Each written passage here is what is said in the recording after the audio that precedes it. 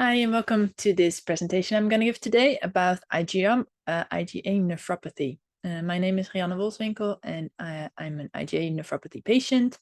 Besides that, I'm also a yoga therapist, studying Ayurveda to become an Ayurvedic health counselor, body worker, and I think it's very important to share the way I'm handling it, and how other people are also handling it, because I'm not the only person who's doing it like this, but that there's alternative ways that can support your treatment. I'm not saying you shouldn't do medical treatment. For sure, there's very much benefit in it, but doing research yourself on your own well-being and how to improve that, for me, has been super valuable. Even though I have the kidneys of an 80-year-old something, I feel good, healthy. I'm doing everything I want to be doing. And I think a lot of it comes from the self-research I do, and taking care of my health and well-being through diet and lifestyle changes, which have been very supportive also in my kidney condition. So I'm going to share my screen with a presentation that I made. Where is it going? There it is. There we go. And I would like to share with you what is helping me, that this is helping me. I had an interview in the Wisselwerking, which is a magazine from the Dutch Kidney Foundation. I shared my story there of how my diet is supporting me and how my lifestyle is supporting me in IgA nephropathy. And an important role, like I got my diagnosis in 2019. I've had it all my life, but the diagnosis came 4 years ago. And lifestyle nutrition play a big role in it, in collaboration with my integrative nephrologist, my kidney doctor. She's also a dietitian and my Ayurveda teacher. So, first I'll share a little bit of how the kidneys work. So here you can see a picture of a kidney. The blood with the waste comes in, goes into the kidney. Here's a zoom in of the nephron, the part of the kidney that does the filtering. So in red, it comes in, it goes into the glomerulus, which is the filter unit. Here the proteins and the liquids get separated from each other. So everything that needs to stay in the body stays in the body. Everything that needs to go out, goes into the yellow tube. Here, that is the collection tube for the urine in the end. Then the rest of the blood goes alongside this whole network, forms this whole network around this nephron, for absorption of liquids and salts and minerals. And then the clean blood goes back into the body with everything that it needs, and the wastes go out through the tubule and forms urine. So the idea is that the stuff that you need stays in your body, and the stuff you don't need goes out of the body. Now, with IgA nephropathy, IgA is a component of the immune system that is being produced to protect the what are they called? The organs that have the mucosal organs, that's the word. So if you have an infection in your respiratory system or in your intestinal system, then IgA is being produced. A whole cascade of things happen, but in IgA patients, the IgA is differently shaped. Like when something is produced by the body, it's being processed and it's being formed into a protein that has its function. IgA in IgA nephropathy patient is slightly different from what it should be, and for that gets recognized as something foreign, and it's more sticky, so it kind of coagulates together, forming complexes. Those complexes, as you can kind of see here, they get stuck in the glomerulus, in that little filter unit that you saw in the previous picture. And in this filter unit, it creates inflammation, and inflammation damages the filter, causing blood loss in the urine and protein loss in the urine. If that prolongs, it can turn into kidney failure with all the issues that come with that. So that's kind of how IgA nephropathy simplified works inside of the body. So what is IgA nephropathy? It's an autoimmune condition. IgA protects the mucous membranes of the body, as I said, so the nose, the mouth, the throat, the lung, the digestion, and the reproductive system. The IgA from IgA patients, IgA nephropathy patients, is different in shape. So it forms complexes and when it's produced, and then can accumulate in the kidneys. When it does that in the glomerulus, it can cause inflammation, and that inflammation damages the kidney filters, which can cause blood and protein in the urine. And then those filters, when they're damaged, they can heal short term, but if the inflammation persists, it can become scar tissue, and then it loses its filter function, and that can lead to chronic protein loss, which has a worse prognosis. But it doesn't mean it has to lead to chronic protein loss, because the tissue can heal. It will just not have its function anymore. So it won't be kind of like leaky, but it will not be able to filter anymore. So, and then when this happens, chronic protein loss and lots of function loss of the kidney filters because of scar tissue, then you will at some point need dialysis to clean up your blood, because your body cannot do it anymore.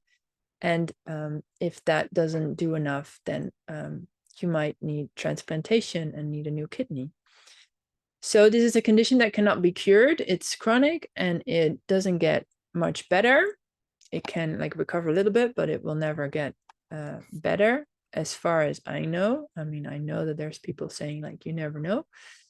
However, suppressive medication is available, and I have my methods that have been helpful. So my journey with IgA nephropathy is that I had blood in the urine when I was a kid. I went through the doctor, they did lots of tests, they never found out what it was. It would go away, I wouldn't be having any pain. So it was just like, meh, you know, if it doesn't hurt me, it'll pass, and then done. Then in 2019, I had regular checkup with my GP, did some blood tests, and they found that the eGFR, which is the measure for kidney function, was a little bit low for my posture and my age. So she wanted to get it investigated more. And then I went to a nephrologist, a kidney doctor, and they said, oh, we're going to find out what it was. And I was very skeptical because I went through doctors before with blood in my urine and they never found anything. But this time they did. On one hand, a relief, on the other hand, not so much. When they tested it further, my eGFR is around 60. For healthy people, it should be above 80. Of healthy people my age, around 40. And it does decline with age, so that's normal. But mine was low, and I had 1.5 grams of protein loss in my urine, which should be almost 0. You can have a little bit, which is seen as acceptable, but 1.5 grams is way too much. I do have a low to normal blood pressure. So blood pressure, you can imagine that if there's already inflammation and your kidneys are already struggling, if you have high blood pressure, then that does not help the situation. But I don't, and I also didn't have any further symptoms. Like what people tend to describe is pain in their flanks, lots of tiredness. Fortunately, I do not suffer from any of that. And then depending on the medication you take, you can have symptoms for that as well. So my doctor at the time, my Dutch doctor, because I'm Dutch, wanted to get me on prednisone to reduce the inflammation. Big a big thing for me, which I didn't want to do if it wasn't like absolutely necessary. So I found an integrative nephrologist dietitian in Spain. I'm mostly residing in Spain, and she helped me with a diet. She was like, I think you have enough time left to try a diet, because I get really good results with that. And then if that doesn't work, we can always get prednisone and go for the heavy stuff. But let's see what we can do. And so I did, and happy for it, because it was just before COVID hit when I got this diagnosis. So I'm very happy I didn't put in prednisone in my body. So here is a graphic overview of my blood and urine tests that I've done, where I measure the creatinine, which is the compound they use to measure your kidney function. I'm not using the eGFR because that calculation doesn't work well for my length and my body weight, since I'm not an average person. I'm tall and skinny. So I just decided to put in the creatinine here. Here you can see that it was around 100 when I got diagnosed, which is already a bit high. And it did go up through the past 4 years, which is partly normal, but it is a bit more than it should be. So it's now around 153 micromoles per liter, which is the measure they do. And in yellow, you can see the protein in the urine, the albumin-creatinine ratio, which is a measure they use for the protein loss in the urine. And before I started anything, any medication and any treatment, it was around 1.5 to 2 grams of protein loss. And then here in December 2019, I started medication and the diet with the aim of getting the protein loss below 0.5 gram. And after 4 months, it was almost there. So the aim, that was the same aim as starting with prednisone, was almost met after doing the diet and the lighter form of medication.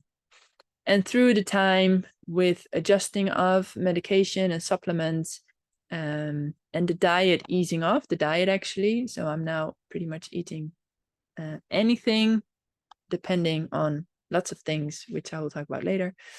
I'm now at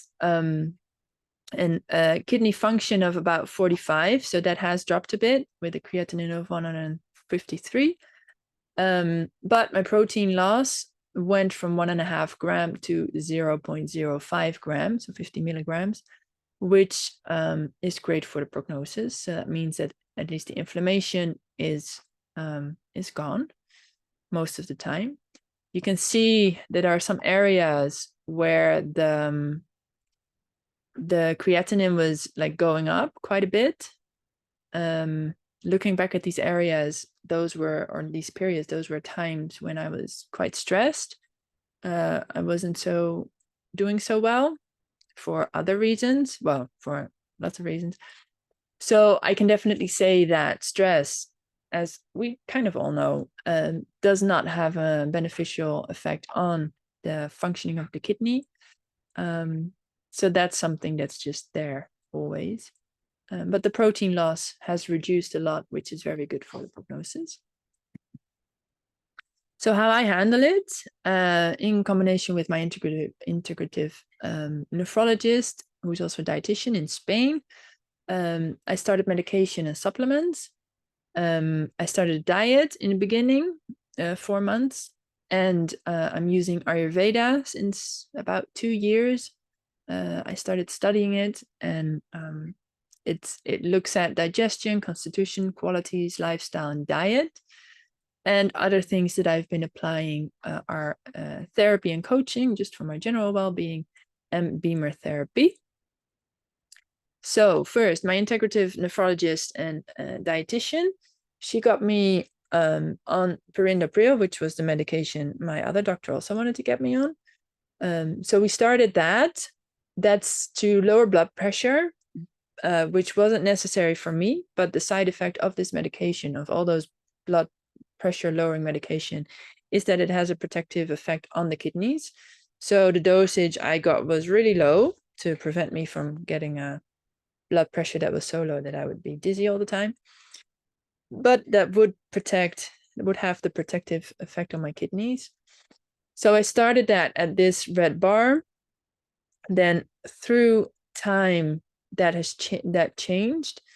I went to perindopril for 3 times a week, and then to kind of fine tune it more, my doctor was like, let's change the medication and go to a daily thing, because that might be better for your kidneys, that it's more stable. So we did that. So now I'm on daily dosage of losartan.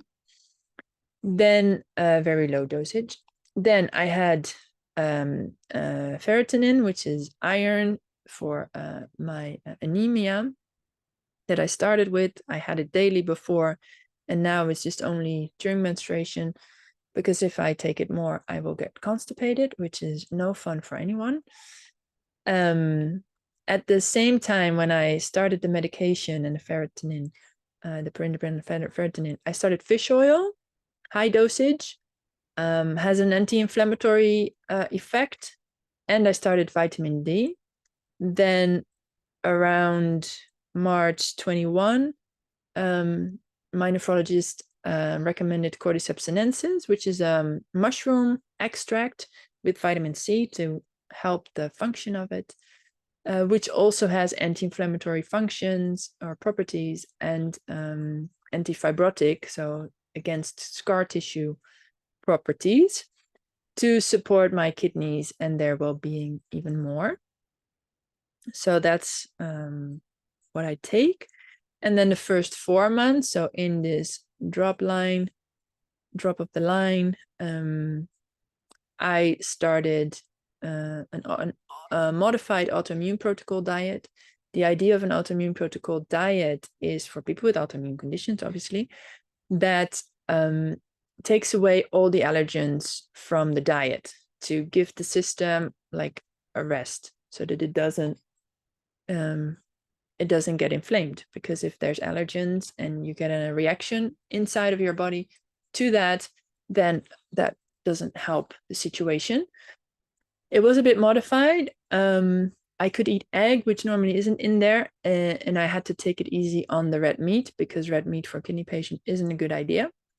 But I could eat chicken, fat fish, and fruit and vegetables, but without the nightshade family of the vegetables. So the tomatoes, the aubergines, the potatoes, and the paprika, because they are difficult to digest for the system. So it was really intended to calm the whole system down.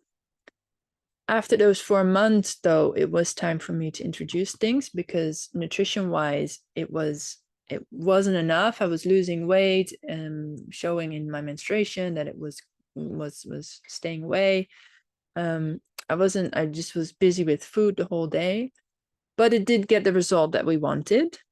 So after that, I slowly started introducing legumes again, seeds and grains, nuts, which I all couldn't eat. And that's worked well. Nowadays, I'm eating pretty much anything. I'm still paying attention to nightshade family and gluten, even though, it really depends, like Ayurvedic wise, if I eat them or not. But it's going well, as you can see from the graphs. It's all pretty stable now. So Ayurveda wise, that entered into my life 2 years ago. It's an Indian life science that focuses on understanding natural rhythms and living accordingly to them in order to rebalance the body. And it works with the idea that every effect has a cause. So that doesn't mean that everything can be fixed. If something is damaged, it's damaged. If I would need a kidney transplant, then Ayurveda would also be like, take the kidney out and put in a new one, or just put in a new one. So Ayurveda is not gonna solve everything with some herbs, for sure not. But it is very good at helping to create more balance, to keep the system as healthy as possible. And it does that in several ways.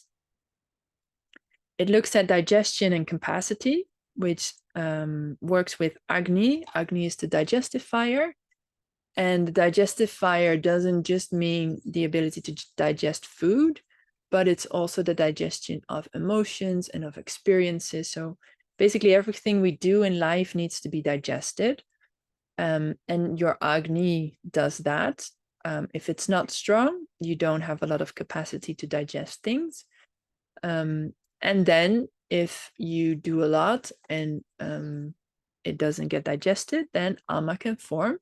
And Ama is the stuff that cannot be digested and clogs your body up, like the channels in your body, as they say. And you can think of that about, you can think about that with like cholesterol, which is something that we all need. But if we have too much of it, it creates plaques and clogs our arteries and our veins. Same with IgA in IgA nephropathy patients. IgA in itself is a useful compound, but if it forms complexes and it gets clogged in the kidneys, it creates inflammation and then creates a problem. So too much Ama in the system that does not get cleared creates inflammation always. So you can think of like capacity-wise that you can do this in a day. You have the capacity to do whatever is in this bowl, like food, emotions, experiences. But if every day, this is what your Agni can digest. If every day you do this with food, emotions, and experiences, that's too much. Agni cannot digest that. So you can see that that will be an accumulative thing of stuff that cannot be digested, creating Ama, which clogs up your system, which creates inflammation, which creates problems in whichever way. So it's important to have strong Agni and to make sure that your Ama gets removed as much as possible. And we do that with lifestyle and diet. So Ayurveda has got some Ayurvedic routines, like the morning routine is a very important one, meaning that you get up with the sun and you go to bed like every day, pretty much the same time, to get that routine so that your body knows what's coming. When you get up, one of the famous thing is scraping your tongue. There's a little with a spoon. Don't do it with a toothbrush because then you just brush it in instead of out. You scrape your tongue, which is at night, your body cleans itself up, works out, or tries to eliminate the stuff that it doesn't need, all the Ama, and it creates a coating on the tongue. And this coating you can scrape off in the morning, and that way you remove a little bit of Ama from your body, which your body has worked hard to put there so that it can be removed.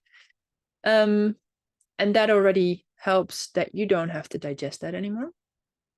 Then you can drink your glass of warm water in the morning. That rehydrates the body, because after sleeping, your body is a bit dehydrated. And then after that, and it also kind of flushes your digestive tract a bit, cleaning it up. Then movement is very important, not so much big intense movement, because then again, if you're exerting yourself, then if you don't have the capacity for that, then you're not helping yourself. But gentle movement is always good to keep all the systems working and stuff flowing. Meditation is a good one to do, journaling if that helps you. Then there's rinsing the nose that you can do depending on the season, if it works for you. Oiling the body. And then a big Ayurvedic thing is, if you oil, then you leave it so that your body can digest what it needs, get the nutrition from it, and then you shower. So you oil, you wait 15-20 minutes, and then you shower, so that the remaining oil on your body that will not be digested will not stay there. Your skin is a big organ, and if that's filled with undigested oil, then you can only see how much ama you have in one of your biggest organs. So that's an Ayurvedic thingy that is very interesting, I find. So yeah, those are Ayurvedic routines that help build your Agni and that help remove the ama out. And Agni can also be built by diet, and you balance with paying attention. Oh, I left a little bit of Dutch here. Yeah, you're paying attention to the elements. So, for instance, in summer, we don't tend to eat big stew or drink hot chocolate or do things to warm the body up even more if it's already really warm. In winter, you would maybe not so much go out for ice cream because it makes you, it might make you feel good because of the taste and bit, but it doesn't help your system. And so there are some food combinations that are also really not done Ayurvedic wise that are very ama producive, like mixing meat and cheese and eggs and stuff like that together. And raw things. Ayurveda is not a raw thing science. Raw food is difficult to digest for the body. So if you have the capacity for it, if your Agni is strong enough, it's not a problem. If you don't have a strong Agni, then it might be a problem. So yeah, there's different ways of looking at also your cycle. For instance, if you're menstruating, your body's working towards moving stuff out. So it's not the time to really put heavy food in your body to really nourish you because your body is not in that phase. If you're ovulating, your body, or just after, your body is more in a building and a nourishing phase. So then it would make more sense to eat meat, to take milk. Ghee is Ayurveda's wonder thing. So yeah, there's all these. It's a whole science. There's a lot behind it, and there are also just some very simple, basic tips and tricks that you can already apply to just help your system out a little bit more. Then the other things I'm doing is therapy and coaching. So that's just to kind of improve my emotional and physical well-being, because as we all know, stress is not a good thing for anyone ever. And the more I'm happy in my own body and in my own skin and in my own mind, the more that will reflect on the rest of my organs, and in this case, especially my kidneys. So that's always happening in well, not in the background, sometimes very much in the foreground. And then I also use Beamer pulsed electromagnetic field therapy. So what that does, it's a little mattress that you lie on top of, and that creates an electromagnetic pulse field of a low intensity. And that has different frequencies that stimulate the small vessels, like the tiniest vessels of the body. So we can stimulate the bigger circulatory system with movement, with massage, with all that stuff. But like the tiny vessels, it's very difficult to get those to become a little bit more contractile and to get movement happening in those.